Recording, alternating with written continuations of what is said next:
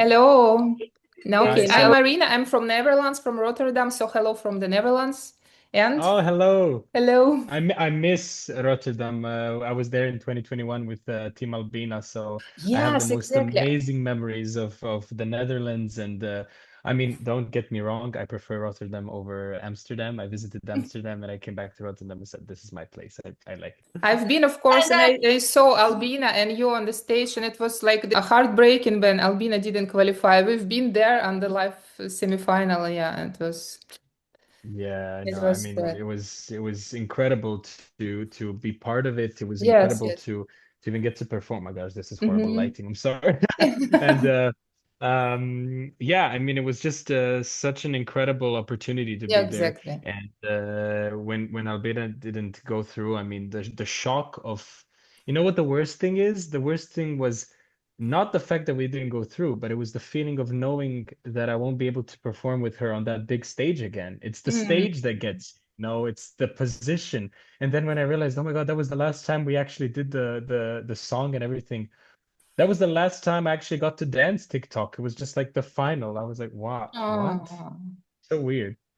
you yeah. missed the final for only 5 points. Yeah, don't please, because No, no, it yes. it hurts. Let's don't come back. Let's not talk about bad things.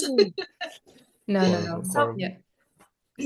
shall But we Tanya, start? she's from Croatia. Tanya, yes, you should. Yes. You've So been you to can Oh, my you're speak from my Croatian. city a few days ago. Aha, okay. Yes, yeah, I live in Rijeka.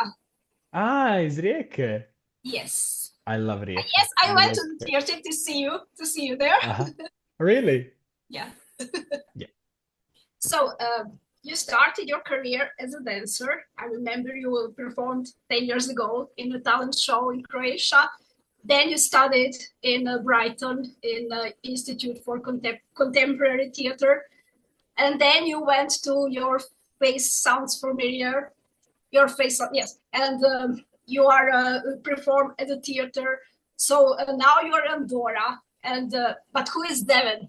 When do you feel like at home with So, all the talents? in terms of like an artistic perspective, I think Devin is truly just the most defining thing about me is like the storyteller. Like I've always been in love with fairy tales and the aspect of dragging people into my world or any world, as a matter of fact. So for me, the ability to tell a story has always been what defined me the most. Everything that I did and everything that I do today usually always revolves around a narrative, you know, a main character, a side character, a villain. It's always a higher, bigger picture. And artistically speaking, that's why it's always been so hard for me to create music that isn't centered around a topic. Like, it's easier for me to write a song like Over Me than it would be, for example, to write a simple pop song, just because I don't think in that way. I think more in a narrative driven matter. So that would be like everything that makes me artistically, like everything that builds me would be just a heavy background of theater and dance and imitation, just music from maybe national aspects like folklore and everything. So as long as there's a story to be told, that's where Devon is. Hmm. And this song, it's so different as we spoke already about Rotterdam and Albina. It was like very a completely different style. And now it's a deep rock ballad, really. So this style is closer to you, and you are going. And your music video, it's very like Frankenstein, Dracula style, and all these energies. So this style, it's more closer to you, and you're going in this direction, and your song. Absolutely. Mm-hmm. This is truly where I feel at home. So Mm-hmm. as I said, it has to have a story, it has to have a narrative. But in terms of sound, I've always been a little bit more intense, so to speak. So I love pop music. Like pop is everything to me because I was raised on it. But what made me fall in love with music were artists such as David Bowie, such as Queen, in terms of like rock and theatricality. So in general, in the future, I think my sound will always be centered into more something that's operatic, that has choirs, that has Mm-hmm. guitars and everything. But at the same times, I'm also very electronical, Hmm. and that's not been showcased in my No. past work. But in the future, I have a few demos that I really do lean into more of like an electronic heavier sound. So it's very much how I'm feeling in that very moment. Mm-hmm. But it's also very true to me because I've never wanted to be one thing, a one-trick pony, so to speak. I've always been more into what I am in general than what I am in that very moment. So this might be like the vampire phase, but tomorrow you might get something completely different. Mm-hmm. Yeah, that's cool. Yes. You wrote your song. Can you describe what is Over Me about? And I read that your mother is to blame for you applied to Dora. Absolutely. So first and foremost, yes, my mother was the reason why I even got the chance to send my song because I mean, Dora is a very difficult topic for a lot of artists here in Croatia because it's the biggest opportunity that you can get, but it's also a chance for you to get rejected on a professional level. So it's always scary to send your song. And I said the next song that I send has to be the song that will go through because if I send a song that I'm not happy with, then I'm making a compromise. And when she asked, well, do you want to go to Dora? I said, okay, I can try to make the best song that I can. And that's where thinking about Over Me started. I mean, the song is very much about a social issue that I like to refer to as the problem of today, because right now, humanity, like in general, when you look at people, it feels like we're very much isolated in our own world. And the topic of the song actually is about how we, as singular people, can be better for a community, can create a better atmosphere around ourselves. So when I knew I had the topic, when I knew I had the sound, I was like, okay, I have the song. Let's go to Dora. It's beautiful. Yes. Can you describe the moment I watched the moment when you found out that you were going to Dora? Oh yeah, oh my gosh, the moment the moment I found out that I am going to Dora was in a cafe in Rijeka, right next to the Croatian National Theater, in a cafe called Teatro of all places, just like the theater. Um, and it was me, my mother, and a colleague of mine, and we were getting ready about, we were doing some strategies about booking more gigs and everything. And my mom got up, she went to the bathroom, and I'm on my phone looking at refreshing the Dora Harte Instagram page, acting like I'm super relaxed, like it's not a big deal. Uh, and then I see the picture and I look at the top. I'm sorry, I look at the bottom. I can't see myself. I was like, no, another year, really? And then I saw my face on the top and I just went pale. I was pale. I get up and my mom is coming back from the bathroom and she's like, where are you going? And I take her by the arms. I'm like, I'm going to Dora. And she just goes pale. She starts stumbling back. I'm like, no, no, no, stand still. Everyone's turning around, looking what's going on. Like no one can believe it. And she almost started crying because in many ways, this is a victory for her as much as it is to me. Like she has been my biggest support since I started dancing, let alone started making music. So to be able to tell her, like, listen, all the years of you believing in me paid off. For now, where like the first step is there, it's just such a blessing. That's incredible. But so they didn't contact you, they didn't contact participants before, just like No, nothing, nothing. that's It's such great. a I told everyone, like somebody asked me, how was the phone call? I was like, what phone call? What phone call? They didn't let us know. It was just like me on Instagram and I saw the list and I was like, Devin is competing. I'm like, he is? Like, is he? I was like, oh my gosh, seeing my face and everything.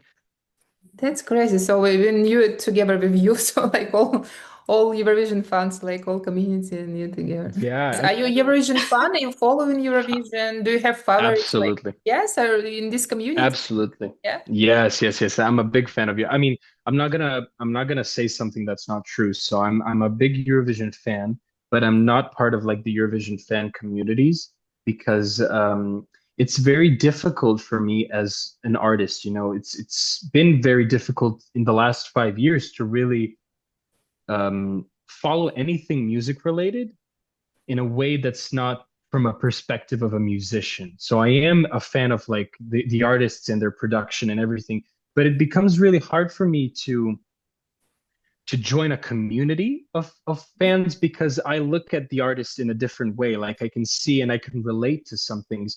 And I envy the fans who are not in music because they just get to see, the finished product. And I'm overthinking everything. I'm thinking about how they rehearsed, how they wrote the song, and it almost takes away the magic of the art. It's more technical in my head. So when I say I'm a fan of the artistry and the art, but I prefer to watch it when it's like the last week before Eurovision. I really get into everything. And before, I just keep it very casual. I don't get too deep into it because if you start going so deep into it, I lose control. Like I want to see everything and research everything. So it almost takes over your life, and I can't afford that in the moment. So I would say I'm a loyal Eurovision fan, and a loyal Eurovision fan to the point that I hope I'm going to represent my country. That's it. That's great. And who are your favorites, Eurovision favorites? Like, you have some In in general, oh my general, gosh, so yes. many, so many. I mean, okay, I'm going to start with the most like the one that's closest to my heart. Måneskin with Zitia Boni. They were the act for me. Like that is In what Rotterdam, Eurovision yeah. was all about. Yeah, I mean, Rotterdam. 2021 was an incredible year. Just I Exactly. would Oh, say yes. everyone in 2021 was my favorite in a way. Like I could listen to the 2021 playlist and just, I can just name exactly how I felt listening to each individual song. It was such a year for music in general. It's like the year that 2020 didn't happen gave everyone like an extra motivation, like let's go. And I mean, everyone delivered. So I would say Måneskin for my all-time favorites. And then, I mean, Conchita with Rise Like a Phoenix. Then Rasmussen with Higher Ground, Mahmoud with Soldi, Mahmoud and Blanco with Brividi also. I mean, in general, just everyone from Italy always, and Marco Mengoni. I mean, I love it. I love I love Eurovision for what it makes me feel. It makes me feel human, a lover of music and a lover of what that music makes you feel. That would be the best description. You participated in Your Face Sounds familiar, and there you impersonated several people from Eurovision. How was it to impersonate, especially women? I mean, in general, just to impersonate, to really step into the shoes of a woman, and especially of a singer, it was a really challenging aspect of the show because usually what they would tell me before the performances, not from the team, but like people who've already done those shows in the past, they would always say, "Oh, don't stress about the higher, the women's songs because." You can't really do it like it's supposed to be done, so you can make it funny. And I always thought that was super disrespectful. I was like, but why would I go on stage and I don't know, sing share and make it a joke? I really wanted to give because these are beautiful, wonderful artists who objectively go through so much of a harder path in the industry just because of their gender. And they go through, especially back in the 80s and 90s, they go through so many challenges just because they're women, and you want me to make a fool of them on stage just because I'm a man and I can't do the show. So for me, like the female singers were like a special tribute. Like I really tried harder on them. And then, I mean, obviously, when it came to the Eurovision acts, Angelina Mango broke me. Like La Noia broke me as a human being. It's such a difficult song, and I was sick that day. So going on stage, I was just shaking. But I think my favorite song that I had to perform, like of the Eurovision ones, except Marco Mengoni's Due Vite, was El Diablo. El Diablo was and also 2021 in Yeah. Rotterdam.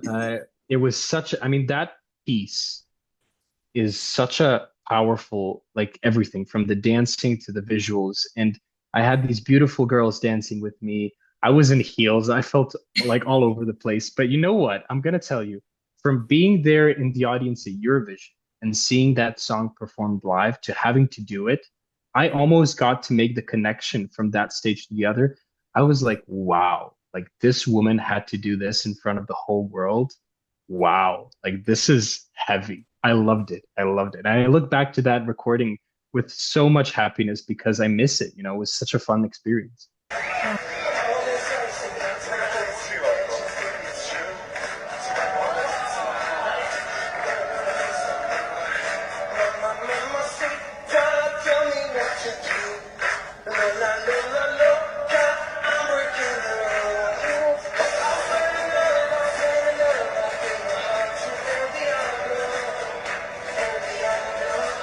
Yeah, and I don't know why they gave me all of the Eurovision songs last year. They gave me Måneskin, they gave me El Diablo, they gave me Due Vite. What else? They gave me Angelina Manco. I was like, am I the Eurovision guy in this performance? Yes, they prepared you, Yeah. for the future. Yeah. Absolutely. So you prepared. And now, when you had experience from inside of Eurovision, yes, in 2021, and all from all this, your face sounds familiar. Yes, it's in Croatian. Yeah. Yeah. So will it help you in Dora and likely in future in Vienna? Do you think all this experience? Well, hopefully Vienna. If it has to be, hopefully it will be. Hopefully, yeah. It absolutely helped me a lot because your face sounds familiar at the end of the day, just like Eurovision and Dora is a TV show. So it's not based on the audience that's in front of you, unfortunately, but it's more centered towards the cameras. And I really gained a lot of experience to almost map out my performance. So, and also because we had to sing with earphones, it's really like usually people find it hard in the first two episodes of Your Face Sounds Familiar. There were instances where we were just lost, because we had to sing in a way that's not very natural to us and focus on certain cameras. But now, in retrospective, Dora is the same thing. Eurovision is the same thing. So I think I'll be drawing from that experience and transitioning it onto Dora because it's a blessing in disguise. You have to get used to not performing for the people that are in front of you, but for the people who are behind the little screen right here. Mm-hmm. Yes. And I always So- pay attention, yes, to first impression, like a really theatrical person. Like you mentioned also David Bowie, like your Yeah, impression. So what can we expect from your stage in Dora? It'll be something connected to your music video, something theatrical, just maybe some, absolutely. yeah, Oh no, absolutely. It's definitely gonna be a reflection of the music video, as you said, a vampiric, more like theatrical yeah. film idea. It's definitely just gonna be a building upon. So what we set with the video was very limited, obviously, because I mean I wish I had a production company and a budget that's for a movie, but I didn't. So a lot of the costumes and locations were scouted almost last minute because we didn't even have time to prepare everything. But I had an idea. And the idea is just everything that Over Me is going to represent in my career. From Over Me onwards, this is the more braver, the bolder approach to music that I'm going to have, and a storyline that I intend on building from that point onwards. And a storyline that's going to be also transitioned onto the Dora stage. So Devin, as a musical artist right now, is a persona who has a story that people are eventually going to find out. They're going to understand what I'm singing about, but not yet. So that's going to take a little bit more time. It's not given to you immediately. It's more like the more you wait, the more you follow, the more you will understand what I'm trying to convey. And I mean, at the end of the day, the video holds so many beautiful moments that I said, you know what, we already have the staging. It's right there. Yeah. And you mentioned the blue color will be important in your performance. Yeah. So blue, it's more like the royal blue, I would call it. So blue is also like the color of the sea, the color of the navy. It's a color that I associate with strength and royalty. I know a lot of people say, purple is the color of royalty, but I also think blue is very proud. And the character is very proud. Like the idea is essentially that I'm a general, a prince, a holder of something higher that I really want to build in the storyline. And because I've always been all in black. Black is my natural color. I have everything that's black. It's the color I feel safe in. I decided to really step away from my private self and go into something that's more, out there. Like, let me just try and put myself in a position where something different needs to happen around me so that I can internally change everything that I perceive when it comes to music. So Dora is in 2 weeks. You are performing Friday the 13th. Are you superstitious? Are you prepared? I actually didn't realize it's Friday the 13th. Like yesterday, I was at Arte. We were doing Kod nas Doma, the show over here. We had like a 7-minute segment. I was there with Devin, who's also competing, and we were sitting on the couch, and the presenter, she says, "Okay, guys, well, Friday the 13th," and I just turned like, So it's oh my Barbara's God. fault. Okay. I cannot believe, like, I am. I'm superstitious. My grandma, she's Italian. I say Italians are superstitious as hell. Like my girlfriend will not allow me to wear purple on TV. If I have a bad dream, I'm not supposed to say it out loud before noon. So she's super superstitious. And then when I saw Friday the 13th, I was like, oh my God, here we go. Here we go. Like something's gonna fall on stage, someone's gonna fall into the fire. I'm like, okay, if we survive it, that's gonna be the victory. If we survive it.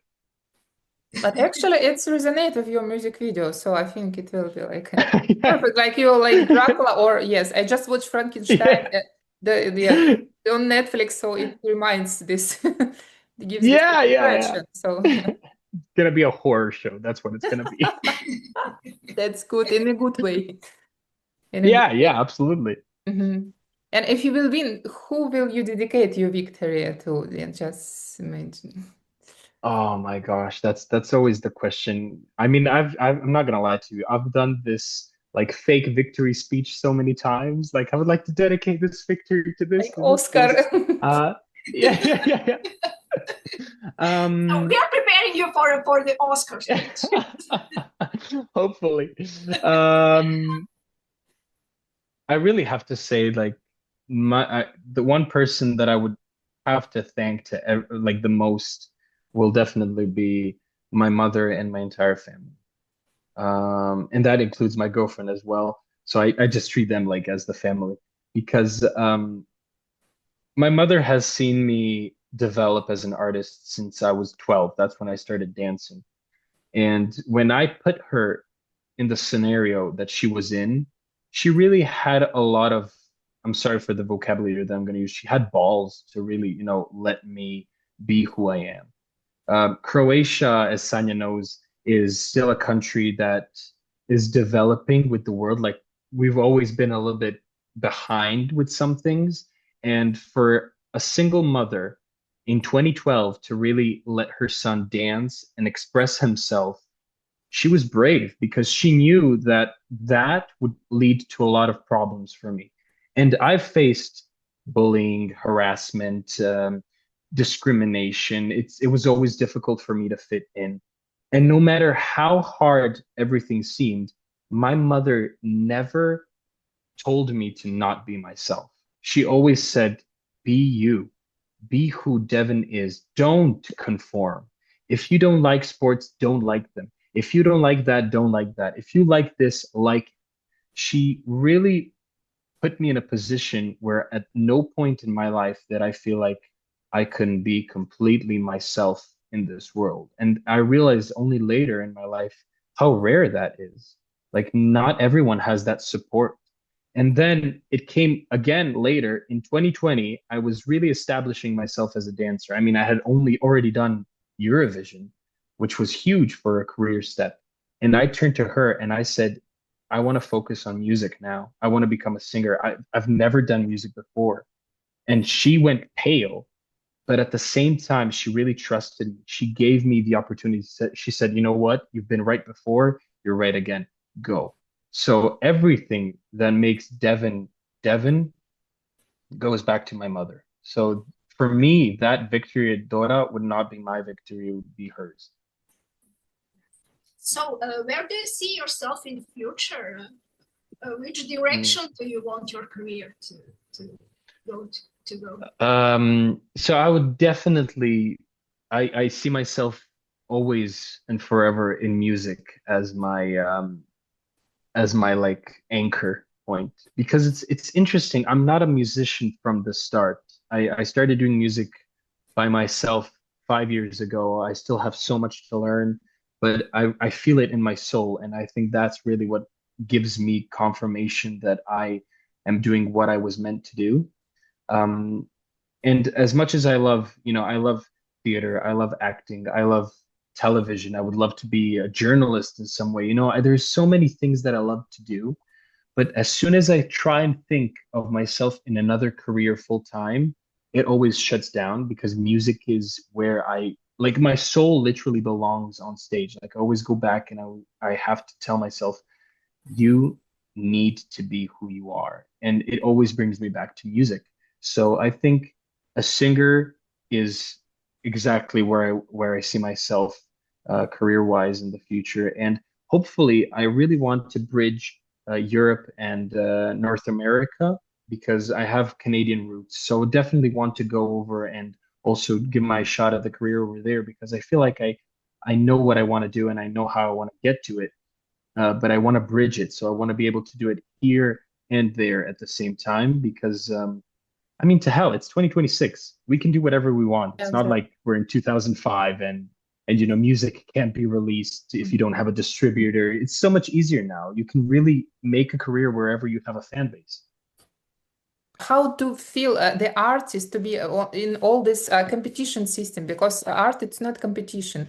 I think it's the hardest for participants, and many of them after, like, go to psychologist and having therapy because it's really, Oh. are you ready for this? It's stressful. It's Exactly. scary. When I started making music here in Zagreb in 2020, a producer who I talked to, I asked him, "Oh, should we try Dora?" And I was very young. I was very inexperienced, and that was even before I went to Dora with Albina. And she said to me, "No, because that Dora is the place where young artists go to die. Like they do Dora and then they stop making music."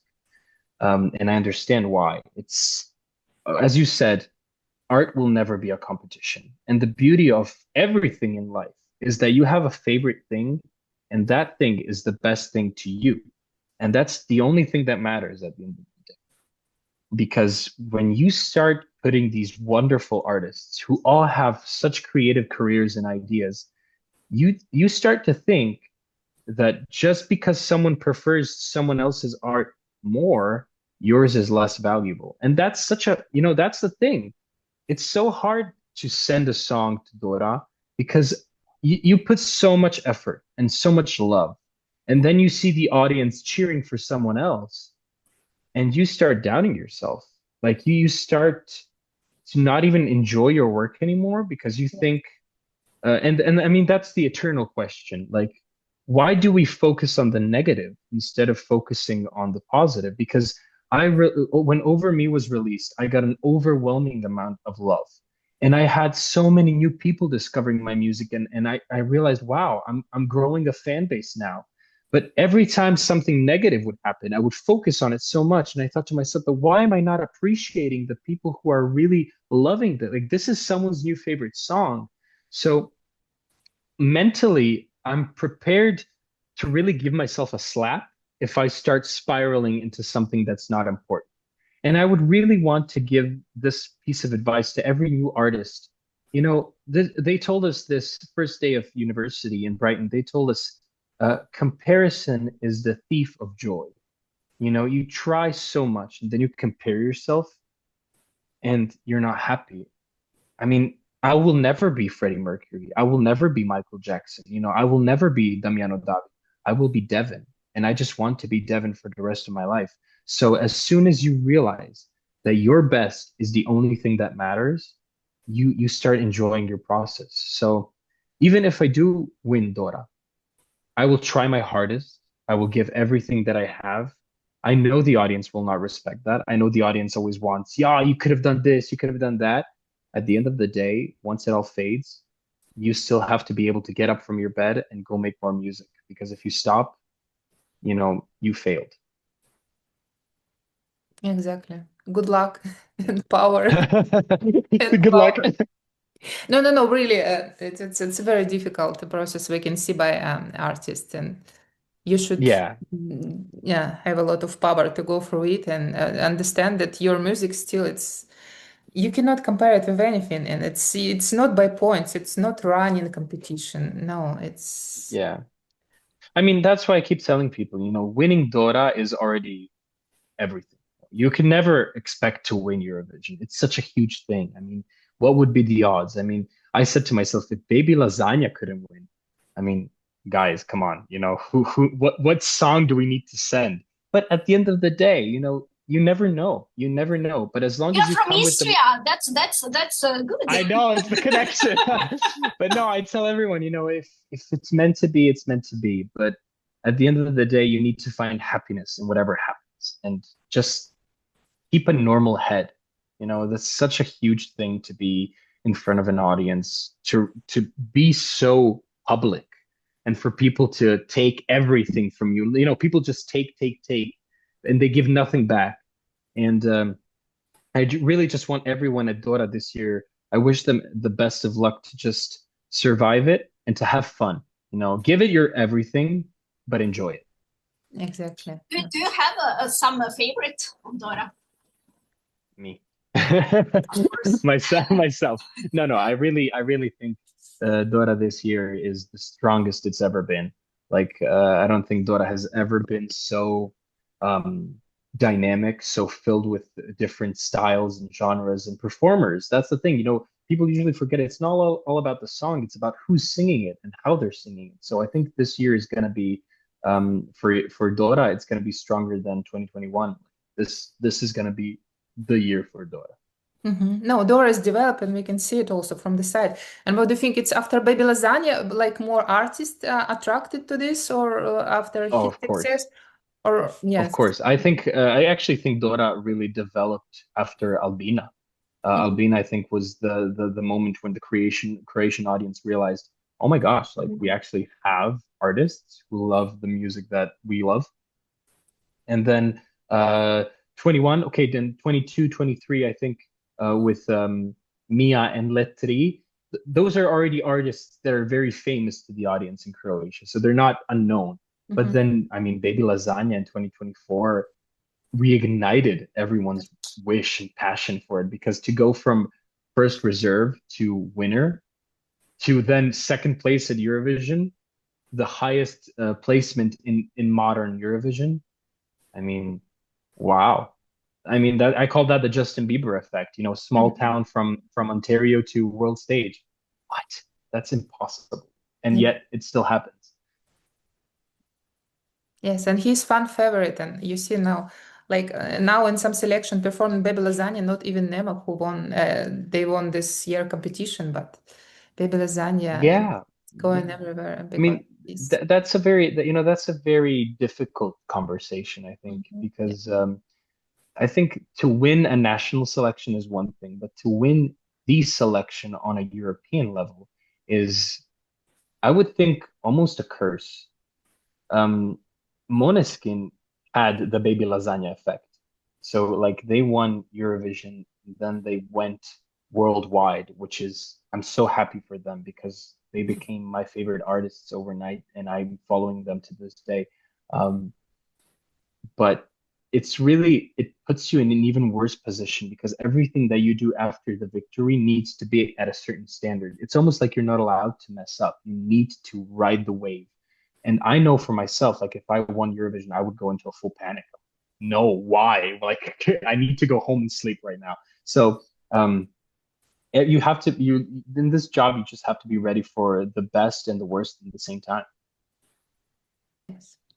And do you have some message for Eurovision fans? Because you gained a lot of attention now, and yes, Eurovision community will follow you now. Even if you will not win this year, they will know you, and you will come back next time. They already know you, and you will get even more love. And Yeah, I mean that's the pro, of coming back the second year. You always have the people that followed you from the first year yes, who really support you. It's actually super difficult for us who are debuting at Dora because people are like, "Oh, who are these new people?" Like, yes, yeah, Lelik, yes, I can hear from yeah. them. Yeah. No, but I love that for them. I mean, all these beautiful people who are coming back again, they deserve the following. And I say, I'm glad that they have their people because this is what music is all about. It's finding people who think the way you do.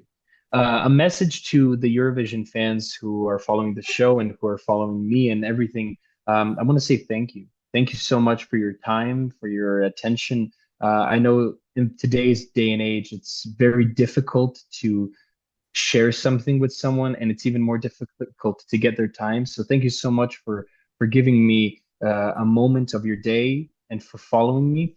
For those who don't know me, I'm really just super dedicated to everything that I do.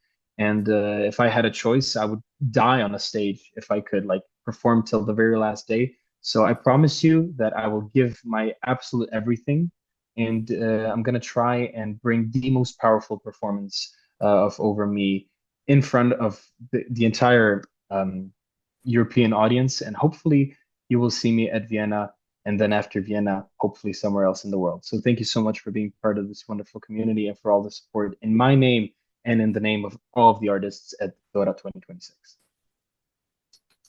Thank you very much. It's beautiful, beautiful message. Yes, Oh yes. my gosh. Good luck, and we'll see you in Vienna, hopefully. Hopefully. Thank you so much for your time. Thank you for the platform. It's been so fun. Thank you for dealing with my, running around trying. At one point No during the worries. start of the conversation, my cat found this, and she was chasing the ball around the entire apartment. She's here right now. She's looking at the thing. So Can you show it it? started, and yeah, Kali, that's What I wanted to say, where is it?